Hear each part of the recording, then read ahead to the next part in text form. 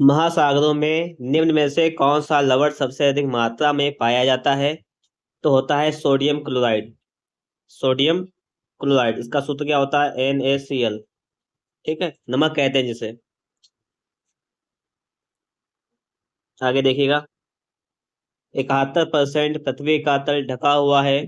काहे से ढका हुआ है? तो ये जल से ढका हुआ है 71%।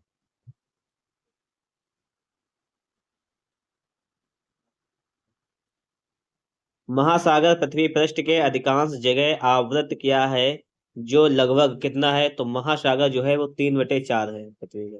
ठीक है।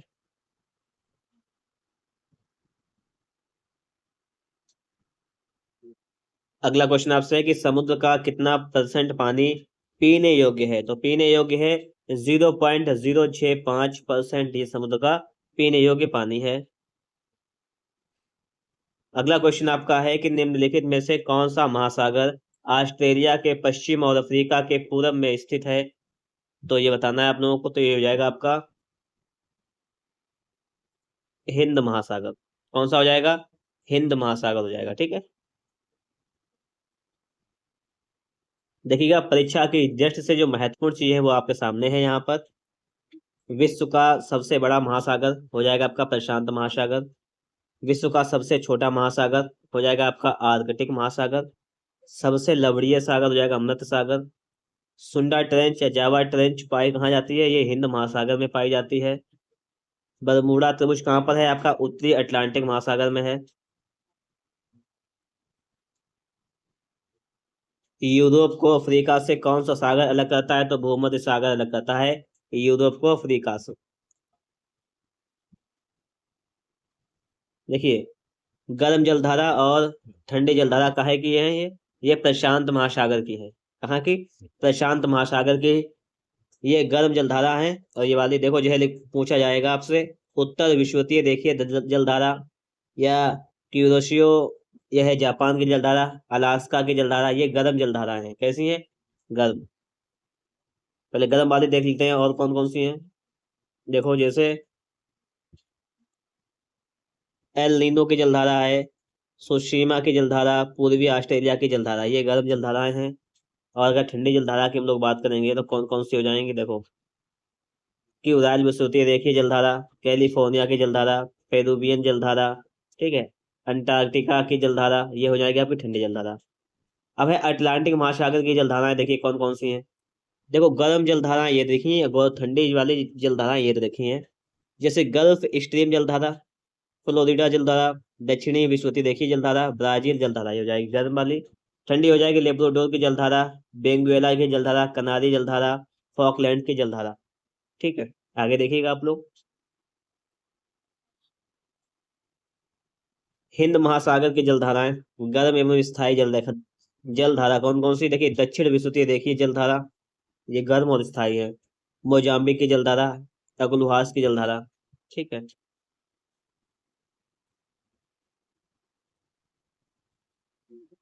और ठंडी स्थायी जलधारा देखिएगा आप लोग यहाँ पर, ये हो जाएगा आपका पश्चिम ऑस्ट्रेलिया की जलधारा, ये हो जाएगी ठंडी और स्थायी जलधारा।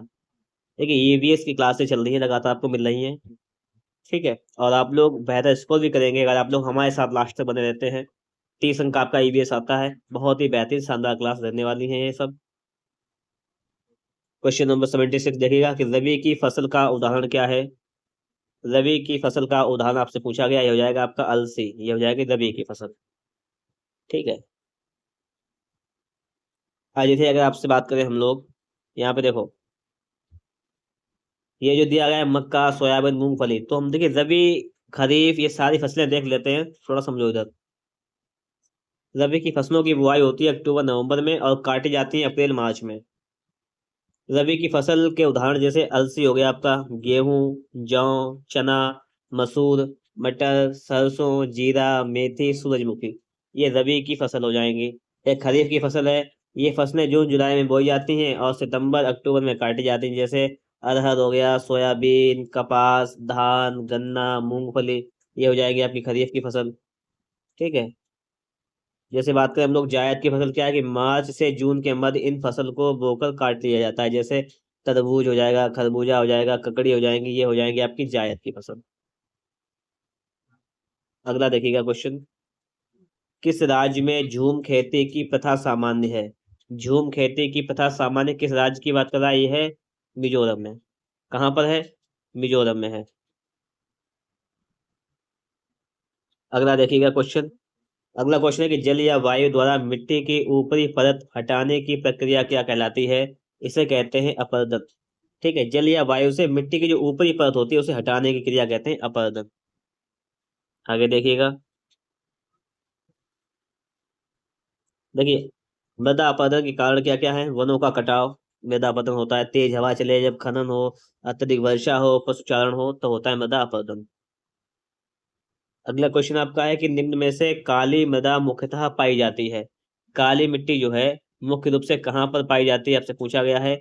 यह मुख्य रूप से गुजरात में पाई जाती है।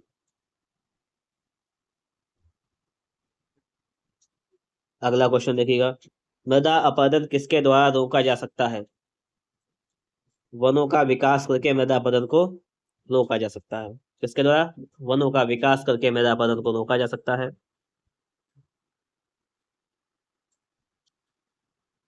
देखिए यहाँ पे उपाय दिए गए, जैसे मिट्टी को धूप से बचाएं, अपने बगीचे पौधे लगाएं, दीवारों को बनाए रखना, झूम खेती को नियंत्रित करना, पशुचारण नियंत्रित करना। तो इस तरीके से मृदा अपरदन को रोका जा सकता है। इसके रोकने के तरीके हैं आपको बताए गए यहाँ पर। अगला देखिएगा क्वेश्चन, अगला क्वेश्चन आपसे कह रहा है, निम्नलिखित राज्यों में से किसके बगीचे में तेज पत्ता, छोटी इलायची, बड़ी इलायची, काली मिर्च उगते हैं? आपको बताना है। तो हो जाएगा केरल। कहाँ पर? केरल में।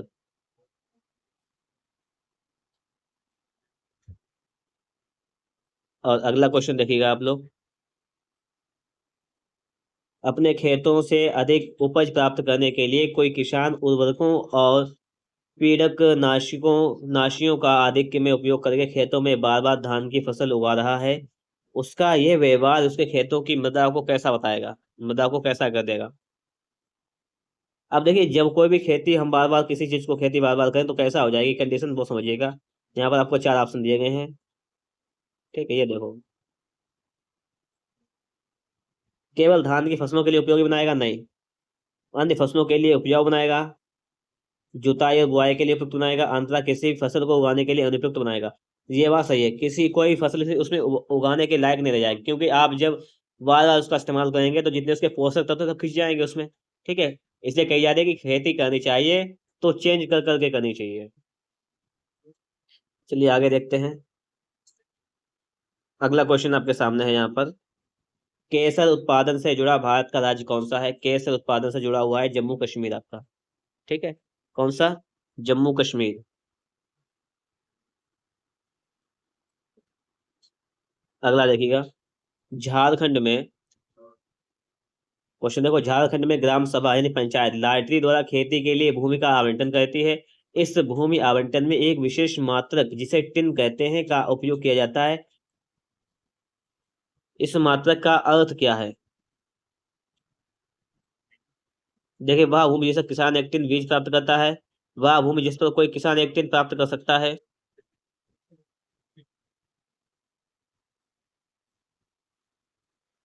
या वह भूमि जिस बीमाएं इतनी होती हैं लगभग हेक्टेयर के तुल्य होता है। ये आपसे यहाँ पे कह रखा है। तो इसमें आपसे पूछा गया इसका मतलब क्या है, वो आपको बताना है। ठीक है,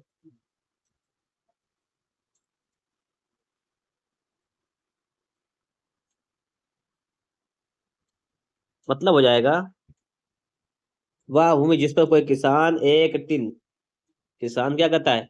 एक टिन प्राप्त करता है, एक टिन बीज बोता है, ये हो जाएगा। एक टिन बीज बोता है। ठीक है,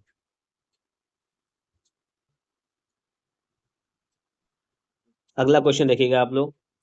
क्वेश्चन आपका है कि निम्नलिखित में से कौन सा युग्म सुमेलित नहीं है? ठीक है, ये बताना है। ये लिखा है, हल्दी powder, curcumin yellow, freon chlorofluorocarbons, green house gas, carbon dioxide, कंडूल के भूमि अपरदन। तो देखिए, यहाँ पे ये सभी सही है। कंडूल कृषि ये भूमि अपरदन से संबंधित नहीं है। इसका काम होता है कि कंडूल कृषि जो होती है वो मृदा यानी भूमि अपरदन को रोकती है, नियंत्रित करती है। ठीक है, ये वाला यहाँ पर सही नहीं है, वहां के सभी सही सही है यहाँ पर। अगला देखिएगा, पूछ रहा है आपसे कि रबी की फसलें कौन सी हैं। मैं आपको बता चुका हूँ कि कौन कौन सी रबी की फसलें हैं। आप ऑप्शन देखिएगा, बताएंगे कि चना गेहूं हो जाएगी आपकी रबी की फसल। चना गेहूं काय की हो जाएगी, रबी की फसल हो जाएगी, ठीक है। आगे देखिएगा आप।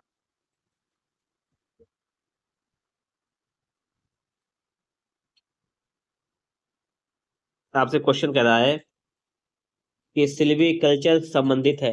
ये सिल्वी कल्चर कहाँ से संबंधित है, ये आपको बताना है। तो सिल्वी कल्चर हो जाएगा वन एवं वन उत्पाद, इससे से संबंधित हो जाएगी आपकी सिल्वी कल्चर। ये आगे देखिएगा। वीटी कल्चर काय से संबंधित है, अंगूरों का उत्पादन। पीसी कल्चर मछली पालन की क्रिया। सेरी कल्चर रेशम उत्पादन। मोरी कल्चर रेशम कीट हेतु शहतूत की कृषि। हॉर्टिकल्चर हो जाएगी आपकी बागवानी फसल, जैसे बागवानी फसल जैसे फल सब्जी आदि का उत्पादन।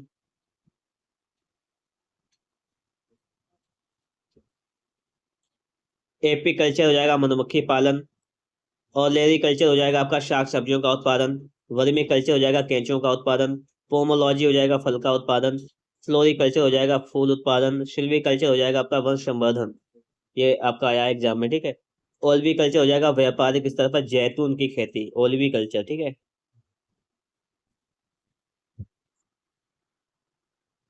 हाइड्रोपोनिक्स हो जाएगा जल में पौधों को उगाना, यानी मृदा रहित खेती, इसे कहते हैं हाइड्रोपोनिक्स। कुछ प्रमुख क्रांतियां समझिएगा। जैसे हरित क्रांति संबंधित है खाद्यान्न उत्पादन से। श्वेत क्रांति संबंधित है दुग्ध उत्पादन से। पीली क्रांति संबंधित है तिलहन उत्पादन से। नीली क्रांति संबंधित है मत्स्य उत्पादन से। गुलाबी क्रांति संबंधित है झींगा या प्याज उत्पादन से। किससे? झींगा या प्याज के उत्पादन से संबंधित है। लाल क्रांति संबंधित है, देखिएगा यहाँ पर, लाल क्रांति संबंधित हो जाएगी मांस टमाटर उत्पादन से। गोल क्रांति हो जाएगी आपकी आलू उत्पादन से। भूरी क्रांति उर्वरक उत्पादन से हो जाएगी। स्वर्ण क्रांति फल बागवानी में वृद्धि से संबंधित।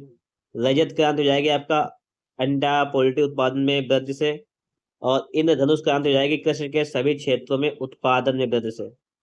काली क्रांति हो जाएगी आपकी बायोडीजल उत्पादन से संबंधित। काली क्रांति बायोडीजल ईंधन से संबंधित हो जाएगी आपकी काली क्रांति। आगे देखेंगे, बादामी क्रांति हो जाएगी आपकी मसाला उत्पादन से। अमृत क्रांति हो जाएगी नदी जोड़ो परियोजना, कहे से हो जाएगी नदी जोड़ो परियोजना से।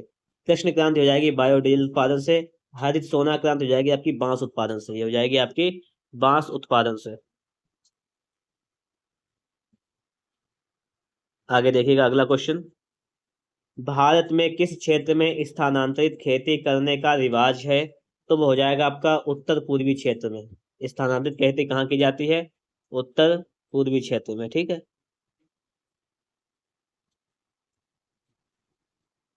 आगे देखिएगा।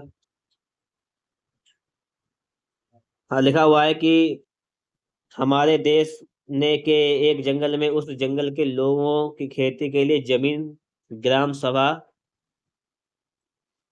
आगे देखिएगा क्वेश्चन। ग्राम सभा द्वारा एक विशेष मात्रक यूनिट अथवा इकाई में टिन कहते हैं आवंटित की जाती है। टिन क्या है?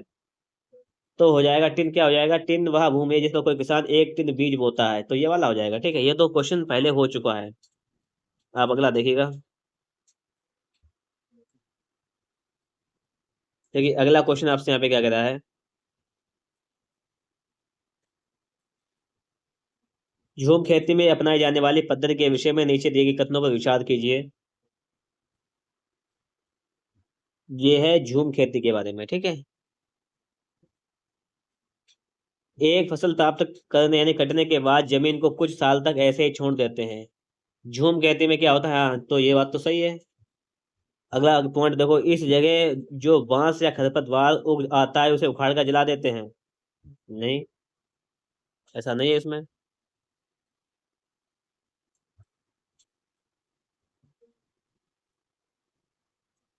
उखाड़ पूछा गया गया है, उखाड़ते नहीं है, उखाड़ कर जला देते हैं यहाँ पे कह रहा है ना। तो उसे उखाड़ा नहीं जाता है उसे, ठीक, सिर्फ गिरा कर जला देते हैं। इस बात यहाँ पे उखाड़ना नहीं है यहाँ पर। आगे लिखा हुआ है कि खरपतवार यानी जंगल आदि को जलाने पर प्राप्त राख को खाद की तरह काम में लाते हैं। ये आपसे पूछा गया है। तो यहाँ पे और लिखा हुआ है, जब इस जमीन में खेती की बारी आती है तो बीज छिड़कने से पहले से गहरा खोदा जाता है। तो गहरा नहीं खोदते हैं, ठीक है, ये भी गलत पॉइंट यहाँ पे लिखा हुआ है, और ये भी गलत पॉइंट लिखा हुआ, तो मतलब सिर्फ एक पॉइंट ही सही था यहाँ पर तो आपका केवल। ठीक है, तो आपका पॉइंट केवल एक सही था यहाँ पर, ये केवल ये वाला। एक फसल प्राप्त करने के लिए कटने के बाद जमीन को कुछ साल के लिए ऐसे छोड़ देते हैं। तो ये आपका हो जाएगा यहाँ पर ऑप्शन नंबर डी वाला हो जाएगा राइट आंसर। अगला क्वेश्चन देखिएगा, पूछा गया, पढ़िएगा और बताइएगा। एक फसल को काटने के बाद खेत के कुछ वर्षों के लिए खाली छोड़ दिया जाता है, समझना, उसमें कुछ भी नहीं उगाया जाता है, इस भूमि में बांस या अन्य खर पदार्थ को भी कुछ भी उगाता है, उन्हें उखाड़ा नहीं जाता है, ठीक है, काट कर जला दिया जाता है। यह राख भूमि को उर्वरक बनाती है। जब यह भूमि खेती के लिए तैयार हो जाती है तब उसे हल्का सा खोदा जाता है, भूमि को जोता नहीं जाता है, उस पर बीज छिड़क दिए जाते हैं। तो ये क्या, कौन सी खेती हो जाएगी, ये हो जाएगी आपकी झूम खेती। कौन सी हो जाएगी आपकी, ये झूम खेती हो जाएगी, ठीक है। आगे देखो, झूम खेती कहाँ पर होती है भाई, ये बताइएगा। झूम खेती होती है आपकी मेघालय में। झूम खेती कहाँ होती है, झूम खेती होती है मेघालय में। आगे देखिएगा,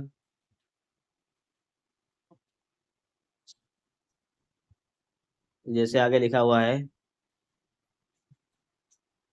राज्य क्षेत्र स्थानांतरित कृषि का स्थानीय नाम, जैसे लिखा हुआ है उत्तर पूर्वी राज्य जैसे नागालैंड, मिजोरम, मेघालय, स्थानीय नाम क्या हो जाएगा, झूम या झूमिंग खेती। क्या कहते हैं, झूम या झूमिंग कृषि। मध्य प्रदेश छत्तीसगढ़ में क्या कहते हैं, दिप्पा, डहिया, वेवर। राजस्थान में कहते हैं वत्रा या बारले। आंध्र प्रदेश में कहते हैं पोडू या पेंडा। मिजोरम में कहते हैं टिन। मिजोरम में क्या कहते हैं, टिन। मणिपुर में कहते हैं पामलू। और केरल के पश्चिमी घाट के पहाड़ी क्षेत्र में कहते हैं कुमारी। समझ गए होंगे आप लोग यहाँ तक। अगला क्वेश्चन आपका है कि हरी खाद से क्या तात्पर्य है। हरी खाद से आपसे पूछा गया, तात्पर्य बताइएगा कि हरी खाद से तात्पर्य क्या है। ये तो पूछा गया है, तो ये हो जाएगा लेग्यूमिनस पौधों की हरी फसल उगाना। ये हो जाएगा हरी खाद से तात्पर्य। ठीक है, आगे देखो। अगला क्वेश्चन आपका है यहाँ पर, निम्नलिखित में से रबी की फसल कौन सी है। देखिए, ये फसल आप याद कर लीजिएगा एक बार में तो बहुत अच्छा रहेगा आपके लिए, रबी फसल।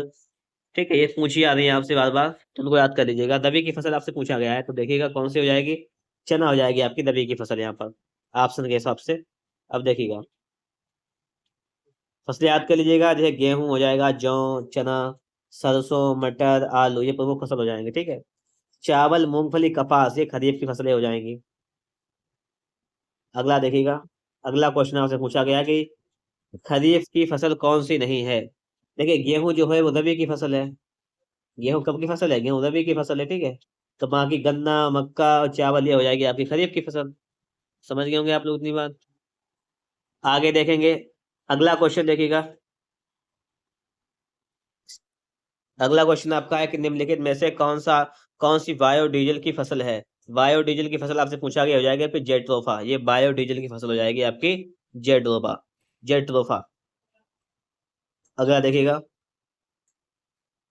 कौन सा रासायनिक उर्वरक का उदाहरण नहीं है। रासायनिक उर्वरक का उदाहरण कौन सा नहीं है, तो हो जाएगा आपका कंपोस्ट। ये रासायनिक उर्वरक का उदाहरण नहीं है यहाँ पर।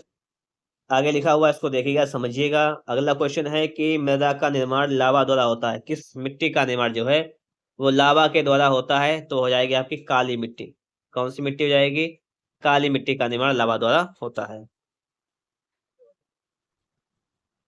अगला है कि निम्न में से किस मिट्टी का विस्तार भारत के सबसे अधिक क्षेत्र पर है। भारत के सबसे अधिक क्षेत्र पर जलोढ़ मिट्टी का विस्तार है, किसका, जलोढ़ मिट्टी। तो आगे देखिएगा,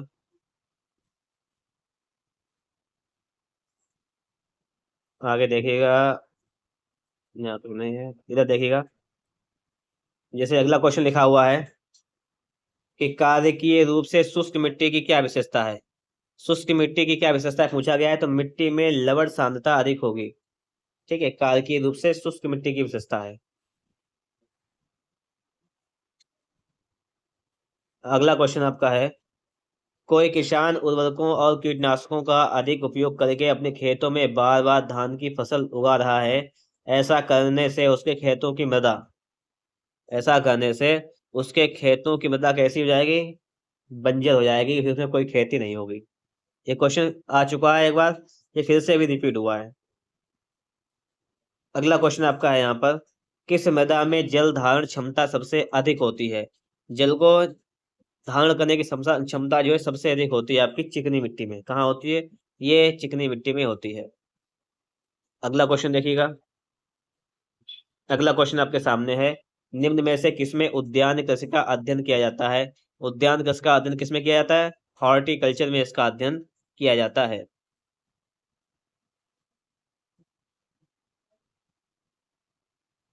बागवानी के लिए कौन से प्रकार का उर्वरक उपयोगी होता है? तो बागवानी के लिए होता है वर्मी कंपोस्ट। कौन सा उपयोग होता है? वर्मी कंपोस्ट जो है वो उपयोग होता है। ठीक है, बात समझ में आई होगी यहाँ तक आप लोगों को। देखिए, मैंने आपको वीडियो लाइक करने के लिए ज़्यादा तो नहीं बोला है। अगर आपको अच्छा लग रहा है तो आप लाइक कर दीजिएगा, कोई दिक्कत नहीं है। अगर आपको तो लाइक कर दीजिएगा। आगे देखिएगा, परीक्षा के से इंपॉर्टेंट चीजें हैं, वो चीज पढ़ लेते हैं, यहाँ पे समझ लेते हैं क्या है। ठीक है, वो देखिएगा आप लोग। जैसे लिखा हुआ है, हरित क्रांति का संबंध किससे? खाद्यान्न उत्पादन से। हरित क्रांति कब स्टार्ट हुई थी? 1966-67 में स्टार्ट हुई थी ये।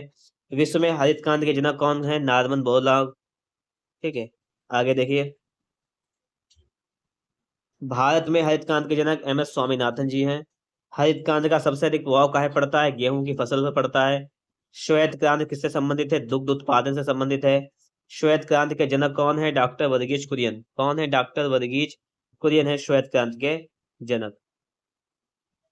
ऑपरेशन फ्लड किससे संबंधित है? डेयरी उत्पादन से है, यानी दुग्ध उत्पादन से। 2,4-D क्या है? खरपतवार नाशी है। फलीदार पौधों की जड़ों की गांठों में पाए जाने वाले बैक्टीरिया को नाइट्रोजन का स्थिरीकरण करते हैं कौन? राइजोबियम। कौन करते हैं? राइजोबियम हो जाएगा यहाँ पर आपका राइट आंसर। जैविक कृषि अपनाने वाला भारत का पहला राज्य कौन सा हो जाएगा? आपका सिक्किम। हरी खाद वाली फसलें कौन कौन सी हो जाएंगी? सनई हो जाएगा, ढैंचा, लोबिया, उड़द, मूंग, ज्वार। गेहूं की किस्में हैं? कल्याण सोना, ये गेहूं की किस्म है। अर्जुन, सोनालिका, हीरा, पूसा विशेष, ये गेहूं की किस्म है। ठीक है। सफेद सोना किसे कहते हैं? ये कहते हैं कपास को। अल्फांसो किससे संबंधित है? आम से संबंधित है। बंकी टॉप रोग किससे संबंधित है? ये केला से संबंधित है। धान की किस्में हैं कौन कौन सी?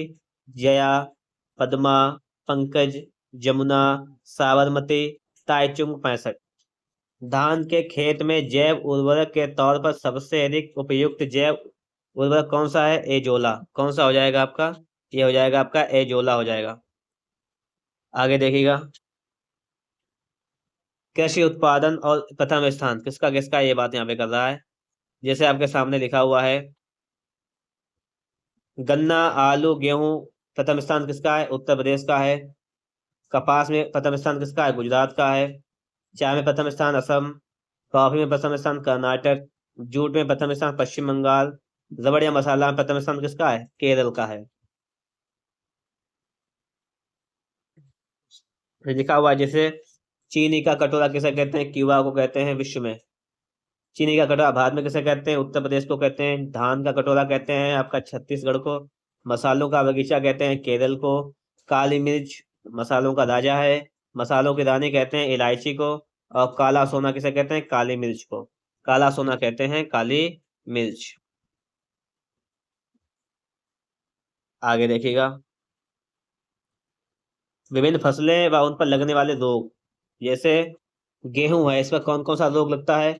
अनावृत कंडुआ रोग हो जाता है गेहूं में, रस्ट हो जाता है, गेरू या रतुआ रोग हो जाता है। धान में होता है खैरा रोग, ये होता है जस्ता की कमी से। पत्तियों पर भूरा धब्बा लगना या शीत झुलसा।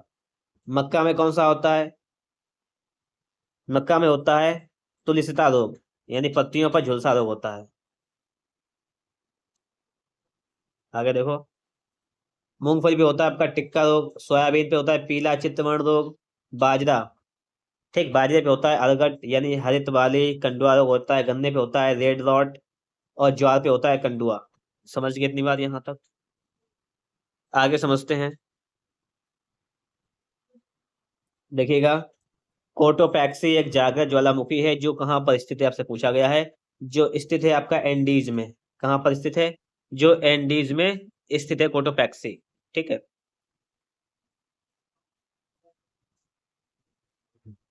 अगला क्वेश्चन आपका है कि कौन सा ज्वालामुखी पर्वत है, कौन सा ज्वालामुखी पर्वत है? तो वो हो जाएगा किलिमंजारो। कौन सा हो जाएगा? किलिमंजारो है। ठीक है। ये कहाँ पड़ता है आपका? ये पड़ता है तंजानिया में।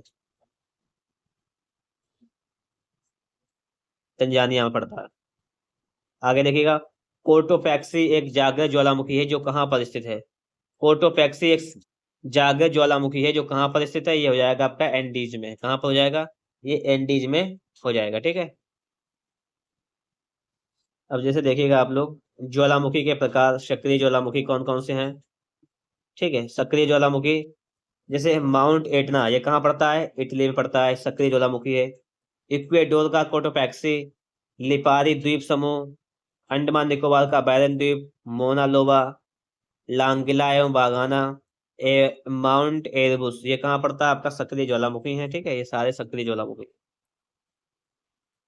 आगे देखिएगा, प्रक्षुब्ध ज्वालामुखी कौन कौन से हो जाएंगे? इटली का विसुवियस, जापान का फ्यूजियामा, इंडोनेशिया का काकोटोबा, अंडमान निकोबार का नारकोंडम द्वीप, ये हो जाएंगे आपके प्रक्षुब्ध ज्वालामुखी। ठीक है। आगे देखिए, शांत या मृत ज्वालामुखी, ईरान का देवबंद, पाकिस्तान का कोह सुल्तान, तंजानिया का किलिमंजारो, इक्वेडोर का चिम्बराजो, अर्जेंटीना का हो जाएगा आपका एकांकागुआ, म्यांमार का माउंट पोपा। ये बात समझ गए यहाँ तक आप लोग? आगे देखते हैं, परीक्षा की दृष्टि से कुछ फैक्ट दे रखे हैं आपको, वो देख लेते हैं। पृथ्वी का सबसे बड़ा ज्वालामुखी का दर्जा किसे प्राप्त है? मौना लोबा यानी हवाई द्वीप, इसको प्राप्त है। विश्व का सबसे बड़ा ऊंचा ज्वालामुखी पर्वत कौन सा है? कोटापैक्सी है, इक्वाडोर एंडीज पर्वतमाला पर। भूमध्य सागर के प्रकाश स्तंभ किस ज्वालामुखी को कहते हैं? ये कहते हैं इस्तांबुल यानी इटली। किसे कहते हैं? इटली को कहते हैं। आगे देखिएगा, यानी दक्षिण का एकमात्र सक्रिय ज्वालामुखी कौन सा हो जाएगा? वैदम द्वीप, अंडमान निकोबार। किस महाद्वीप में एक भी ज्वालामुखी नहीं है? हो जाएगा आपका ऑस्ट्रेलिया। ठीक है, कौन सा हो जाएगा आपका? ऑस्ट्रेलिया हो जाएगा। वैदम द्वीप कहाँ हो जाएगा? अंडमान निकोबार द्वीप में हो जाएगा। भारत का एकमात्र सक्रिय ज्वालामुखी हो जाएगा। नालकोंडम हो जाएगा आपका अंडमान निकोबार द्वीप। बारातंग हो जाएगा अंडमान निकोबार द्वीप में। डेक्कन ट्रेप हो जाएगा आपका महाराष्ट्र में। ठीक है। और आपका हो जाएगा दिनोदर पहाड़ी हो जाएगी आपकी गुजरात में। वीडियो अगर आपको अच्छा लग रहा है तो उसे लाइक कर दीजिएगा। चैनल पर नए सब्सक्राइब नहीं किए तो सब्सक्राइब कर लीजिएगा।